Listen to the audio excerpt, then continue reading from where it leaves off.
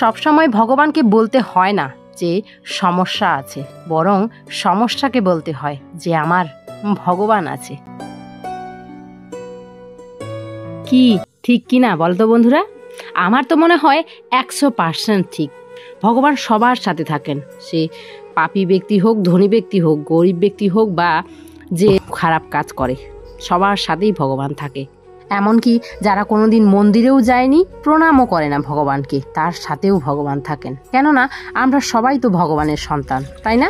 যেমন আমাদের 4টা যদি সন্তান থাকে, সেই 4টা সন্তানের মধ্যে একটা সন্তান যদি খুব খারাপ কাজ করে, তা বলে কি আমরা তাকে ভালোবাসবো না বলো তো? হ্যাঁ, মনে রাগ উঠবে, তার প্রতি ঘৃণাও আসবে, কিন্তু সে যদি কোনো বিপদে পড়ে তাহলে কি তার প্রতি ভালোবাসা আসবে না? কষ্ট লাগবে না মা বাবাদের? অবশ্যই লাগবে। তো ঠিক তেমনই ভগবান শুধু কর্মের বিচার করেন বন্ধুরা, শুধু কর্মের বিচার। তাই ভগবানের উপর কোনো দোষ, অভিযোগ, অভিমান কোনো কিছু করা আমাদের উচিত নয়, তাই না? কারণ আমরা আমাদের কর্মের ফল পাই, তাই নিজের কর্মটাকে ঠিক রাখতে হবে। এই জগতের মানুষদের কোনো দিন কেউ আজ পর্যন্ত খুশি সুখী রাখতে পারেনি, তো আমরাও পারবো না। তাই শুধু ভগবান যাতে খুশি হন সেই দিকেই ধ্যান রেখে নিজের কর্মটা করতে হবে।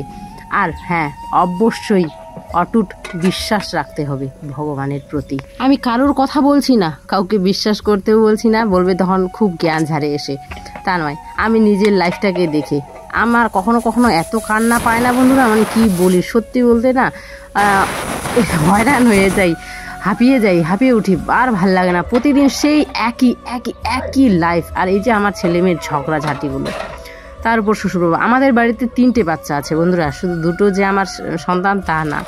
বয়স হয়ে গেলে মানুষগুলো এক বাচ্চার মতোই হয়ে যায়, তাই না বলো?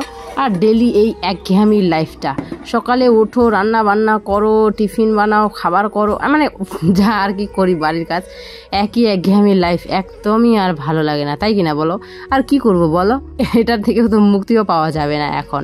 আর কিন্তু একদিক দিয়ে দেখলে, ভেবে দেখলে, এর মতো লাইফ আর হতেই পারে না, তাই কিনা বলো তো? যেমন আমাদের ছোটবেলাটা, সেই সময়টার মতো সময় হয় না, ঠিক আমাদের সন্তানদেরও যখন ছোট আছে না বন্ধুরা, এই সময়টার মতো সময় আর হয় না। হ্যাঁ, একটু কান্নাকাটি করবে, কিন্তু কথা তো শুনবে, তাই না?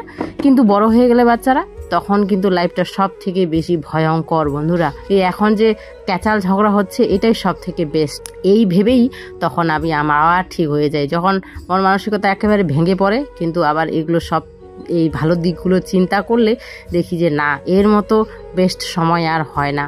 তো এটাকে শান্তি মতো ভালোভাবে উপভোগ করতে হবে। ঝগড়া কাচাল বাচ্চাদের এই সব কিছু চলতেই থাকবে লাইফে, কিন্তু এই মুহূর্তগুলো যখন চলে যাবে তখন আবার খুব বসে বসে মিস করব, তাই না? তাই যেটা আছে সেটাকে ভালো মতো উপভোগ করতে হবে, আর বিশ্বাস রাখতে হবে যে ভগবান আছে আমাদের সাথে। তো যাকে এই যে ছেলে মেয়ে সব দুজনকে খাইয়ে দাইয়ে রেডি করিয়ে দিলাম। আর ছেলে মেয়ে তো সকাল থেকেই ঝগড়া করে যাচ্ছে। মেয়েকে বললাম একটু ড্রেসটা পরাতে, সেটাও পারলো না, শার্টটা পরিয়ে বা দুজনে আবার ঝগড়া মারপিট। তো শেষে গিয়ে ওকে রেডি করাতে হলো। যাকে ওর বাবাও চলে এলো, এখন ওকে খেতে দেবো, তারপরে চলে যাবে ওরা স্কুলে। আমার লাইফটা এত বেশি কঠিন হয়ে গেছে যখন থেকে সান আবার 6টা থেকে ডিউটি যায় বন্ধুরা। আগে তো 7-8টায় যেত, তারপরে 7টা হলো, এখন আবার 6টার সময় চলে যায়। মানে কি বলবো, আর ভগবানকে বলি, ভগবান তুমি আমার এত কঠিন পরীক্ষা নিচ্ছ, মানে কি বলি। যাকে ভগবান দিচ্ছে এই কঠিন সময়টা, তো পারও উনি করবেন, তাই না?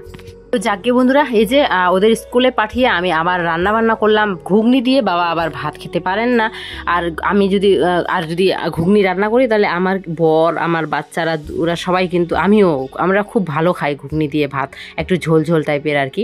কিন্তু শ্বশুর বাবা একদম খেতে পারেন না। তো আবার রান্না করলাম, কচু রান্না করলাম, কোয়াশ ভাজা করলাম, পাঁপড়, এগুলোই করলাম, করে তারপরে হচ্ছে আমি চলে এলাম এইদিকে। আজকে হচ্ছে বৃহস্পতিবার বন্ধুরা, তো এদিকে তো আমার অনেক কাজ, তাই না?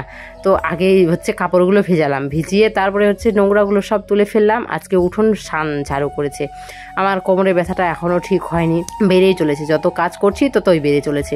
কালকে উঠোন ঘর ঝাড়ু করেছিলাম, বাস বিকাল হতেই ওদিকে আবার কোমর ব্যথায় থাকতে পারছিলাম না।